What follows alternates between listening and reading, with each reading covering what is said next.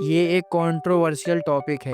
اس آیت میں اللہ تعالیٰ فرماتے ہیں، اکثر ہمارے بزرگوں سے سنا جاتا ہے کہ اگر کالی بلی راستے سے گزر جائے تو سفر کینسل کر دو۔ سب سے پہلے یہ سمجھنا ضروری ہے کہ نظر حق ہے، یعنی یہ ایک ریئلٹی ہے۔ آپ کو کیا لگتا ہے، اسلام میں تعویذ پہننا ضروری ہے، یا پھر یہ ایک سچ ہے کہ ہر داڑھی والا آدمی ایک سچا مسلمان ہوتا ہے؟ دوستوں، اسلام کے نام پر کافی متس اور غلط فہمیاں مشہور ہو چکی ہیں، اور افسوس کی بات یہ ہے کہ صرف غیر مسلم ہی نہیں پر خود مسلمان بھی انہیں مانتے ہیں۔ تو آج کی اس ویڈیو میں ہم کچھ ایسے ہی کامن اسلامک متس کو ایکسپوز کریں گے جو ہمارے بیچ کئی پیڑھیوں سے پھیلے ہوئے ہیں، اور جانیں گے حقیقت قرآن اور حدیث کی روشنی میں۔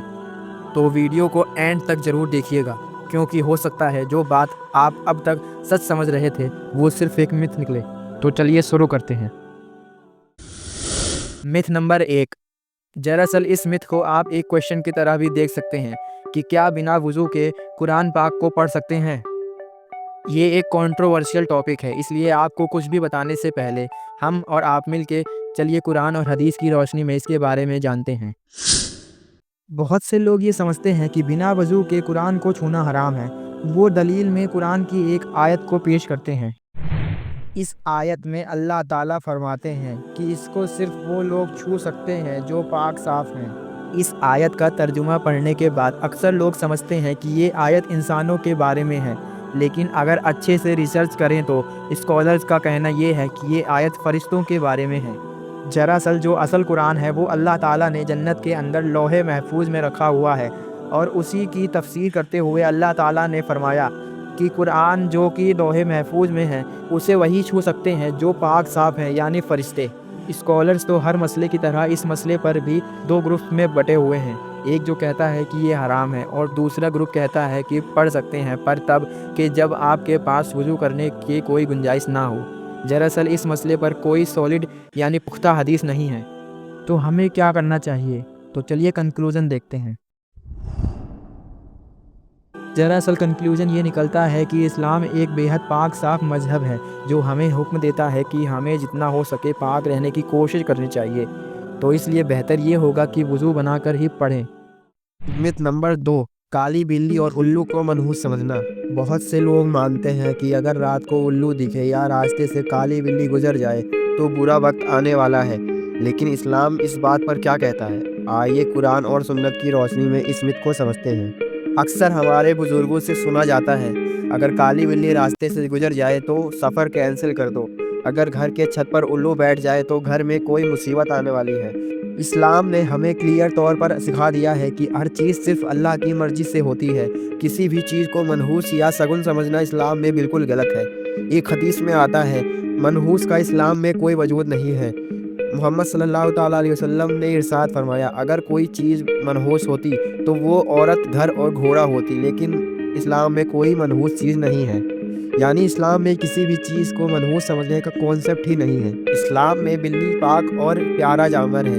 محمد صلی اللہ تعالیٰ علیہ وسلم نے بھی بلی پال رکھی تھی اور ان کو پیار دیتے تھے۔ کوئی بھی بلی کالی ہو یا سفید منحوس نہیں ہوتی۔ یہ صرف ایک رات کا پرندہ ہے جو رات میں شکار کرتا ہے۔ اسلام میں کسی بھی جانور کو منحوس سمجھنے کی کوئی دلیل نہیں ہے۔ یہ صرف جاہل عقیدوں کا اثر ہے جو مسلم سوسائٹیز میں آ گیا ہے۔ اگر ہم اس طرح کے بیلیفز رکھیں گے تو ہمارا توکل یعنی اللہ پر بھروسہ کم ہو جائے گا۔ ہم اننیسیسری ڈر اور ٹینشن میں رہیں گے۔ یہ بیلیفز کبھی کبھی شرک کی طرف لے جا سکتے ہیں، جو اسلام میں سب سے بڑا گناہ ہے۔ اگر اگلی بار آپ کو کالی بلی راستے سے گزرتی ملے یا رات کو الو کی آواز سنائی دے تو گھبرانے کی کوئی ضرورت نہیں ہے۔ یہ صرف اللہ کی ایک مخلوق ہے، نہ یہ کسی کا بھلا کر سکتی ہے نہ برا۔ متھ نمبر 3۔ نظر کو صرف تعویذ سے بچایا جا سکتا ہے۔ اگر آپ بھی یہ مانتے ہیں تو اس ویڈیو کو اینڈ تک ضرور دیکھیے، کیونکہ ہم قرآن اور سنت کی روشنی میں اس بات کو سمجھنے والے ہیں۔ سب سے پہلے یہ سمجھنا ضروری ہے کہ نظر حق ہے، یعنی یہ ایک ریئلٹی ہے جو محمد صلی اللہ تعالیٰ علیہ وسلم نے بھی کنفرم کری ہے۔ نبی کریم صلی اللہ تعالیٰ علیہ وسلم نے ارشاد فرمایا، نظر حق ہے یعنی سچی ہے۔ اگر کوئی چیز تقدیر سے آگے بڑھ سکتی ہے تو وہ نظر ہے۔ اس کا مطلب یہ ہے کہ کسی کی بری نظر انسان کو نقصان پہنچا سکتی ہے، بیمار کر سکتی ہے، یا اس کے معاملات بگاڑ سکتی ہے۔ اسلام میں تعویذ دو طرح کے ہوتے ہیں۔ جائز تعویذ: اگر تعویذ صرف قرآن آیت اور دعاؤں پر مبنی ہو اور شرک یا حرام چیزیں نہ ہو تو کچھ اسکالرز اس کو الاؤ کرتے ہیں۔ حرام تعویذ: اگر تعویذ میں سمجھ نہیں آنے والی لکھاوٹ، نمبرز یا کسی اور کا نام ہو تو یہ شرک ہو سکتا ہے، جو اسلام میں الاؤڈ نہیں ہے۔ لیکن بیسٹ پریکٹس یہ ہے کہ تعویذ کی جگہ سنت کے طریقے اپنائیں۔ نبی کریم صلی اللہ تعالیٰ علیہ وسلم نے نظر سے بچنے کے لیے کچھ دعائیں اور پریکٹس بتائی ہیں۔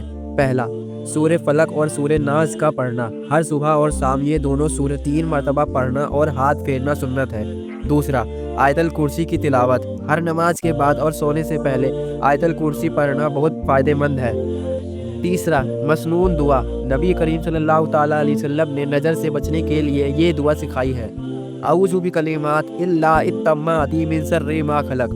میں اللہ کے مکمل کلمات کی پناہ مانگتا ہوں اور اس چیز سے جو اس نے پیدا کی۔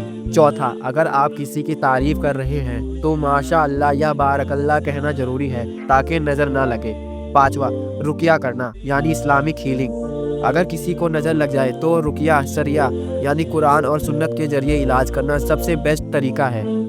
تو اگر آپ کو نظر کا مسئلہ ہے یا آپ اپنے گھر والوں یا بچوں کو بری نظر سے بچانا چاہتے ہیں تو صرف تعویذ پر ڈیپینڈ نہ کریں۔ اسلام نے ہمیں بہترین طریقے دیے ہیں جو قرآن اور سنت سے ثابت ہیں۔ اللہ پر توکل کریں، سنت کے مطابق اعمال کریں، ہر وقت دعا اور قرآن کی آیتوں کا وظیفہ رکھیں۔ متھ نمبر 4، کیا درگاہ پر جا کر دعا کرنا ضروری ہے؟ دنیا بھر میں بہت سے لوگ بزرگوں کی درگاہوں پر جاتے ہیں، وہاں ہاتھ اٹھا کر دعائیں مانگتے ہیں، اور کچھ لوگ تو وسیلہ لے کر ان بزرگوں کے نام سے بھی دعا کرتے ہیں۔ کچھ لوگ یہ مانتے ہیں کہ درگاہ پر مانگی گئی دعا جلدی قبول ہوتی ہے۔ ولیوں کا مقام اللہ کے سامنے بلند ہوتا ہے تو ان کے ذریعے اللہ سے مانگنا بہتر ہے۔ وہاں چڑھاوا چڑھانے سے مشکلیں دور ہوتی ہیں۔ لیکن کیا اسلام اس کا سپورٹ کرتا ہے؟ چلیے دیکھتے ہیں۔ اسلام کی بنیاد صرف اور صرف توحید یعنی اللہ کی وحدانیت پر ہے۔ اللہ تعالیٰ نے قرآن میں فرمایا، اور مسجدیں اللہ کی ہیں تو اللہ کے ساتھ کسی اور کو مت پکارو۔ قرآن اور حدیث کہیں بھی یہ نہیں کہتے کہ دعا کسی اور کے ذریعے سے مانگی جائے۔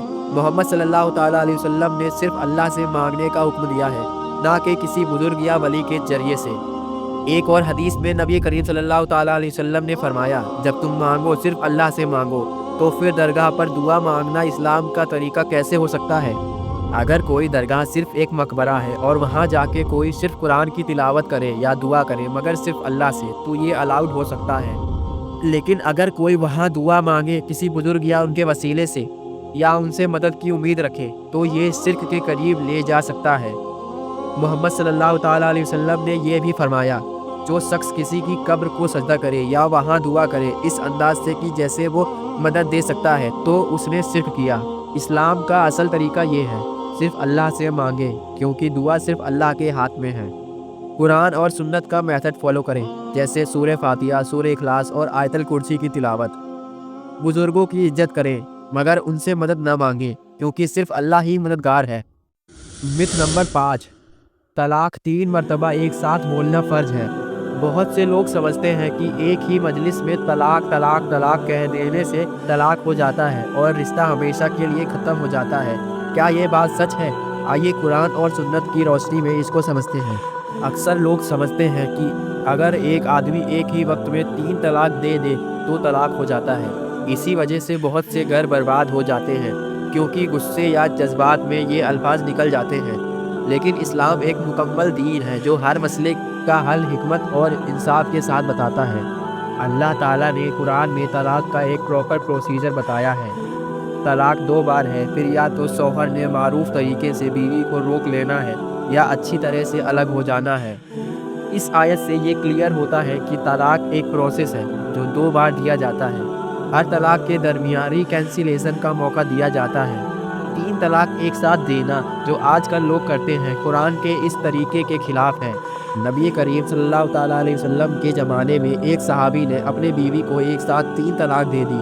جب یہ بات نبی کریم صلی اللہ تعالیٰ علیہ وسلم تک پہنچی تو آپ صلی اللہ تعالیٰ علیہ وسلم بہت ناراض ہوئے اور کہا، تم لوگ اللہ کے دین کا مذاق بنا رہے ہو۔ یہ حدیث یہ بتاتی ہے کہ ایک ہی مجلس میں 3 طلاق دینا سنت طریقہ نہیں ہے۔ اسلام میں شادی ایک مقدس رشتہ ہے اور اس کو توڑنے کا ایک پراپر طریقہ ہے۔ اسلامک اسکالرز کے مطابق طلاق کا صحیح طریقہ یہ ہے: شوہر ایک طلاق دے اور عدت یعنی جواب کا انتظار کرے۔ اگر اس پیریڈ میں ریکینسلیشن ہو جائے تو طلاق رد ہو سکتی ہے۔ اگر ریکینسلیشن نہ ہو، عدت کے بعد اگر شوہر چاہے تو دوسری طلاق دے دے۔ اگر پھر بھی ریکینسلیشن نہ ہو، تیسری طلاق کے بعد شادی ہمیشہ کے لیے ختم ہو جاتی ہے۔ غصے میں طلاق مت دیں، پہلے سوچ سمجھ کر فیصلہ کریں۔ شریعہ کے مطابق طلاق ایک پروسیس ہے، ایک لفظ سے رشتہ ختم نہیں ہوتا۔ اگر طلاق کا مسئلہ ہو تو اسلامک اسکالر سے مشورہ کریں۔ متھ نمبر 6: اسلام صرف روزے اور نماز تک محدود ہے، یعنی اسلام صرف روزے اور نماز تک سیمت ہے۔ کیا اسلام صرف عبادت تک محدود ہے یا اسلام ایک مکمل لائف سٹائل ہے؟ آج ہم قرآن اور سنت کی روشنی میں اس سوال کا جواب ڈھونڈیں گے۔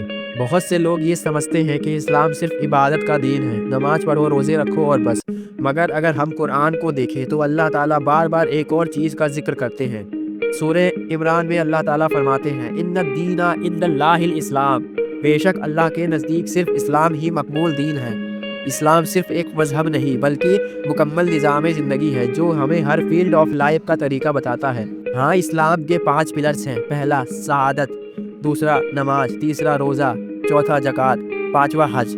لیکن اسلام صرف ان 5 چیزوں تک لمیٹڈ نہیں ہے، اسلام ہر فیلڈ آف لائف کو گائیڈ کرتا ہے۔ اسلام ہمیں صرف نماز اور روزہ نہیں سکھاتا بلکہ یہ تمام چیزیں بھی سکھاتا ہے۔ اخلاق: محمد صلی اللہ تعالیٰ علیہ وسلم نے ارشاد فرمایا: تم میں سے بہترین وہ ہے جو سب سے اچھے اخلاق والا ہے۔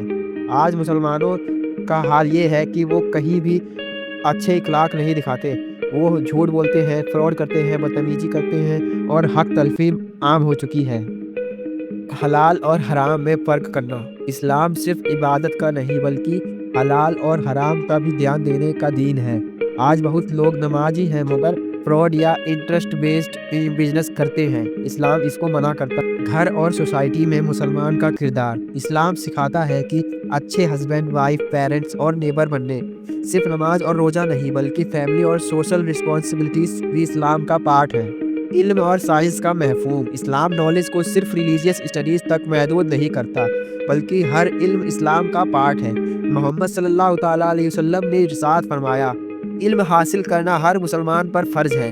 سائنس، میڈیسن، ٹیکنالوجی سب کچھ اسلام کا پارٹ ہے اگر وہ انسانی بھلائی کے لیے ہو۔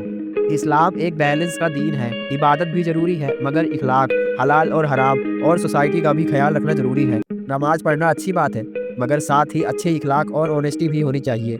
روزہ رکھنا بہترین عمل ہے مگر ساتھ ہی انسانی حقوق کا بھی خیال رکھنا ضروری ہے۔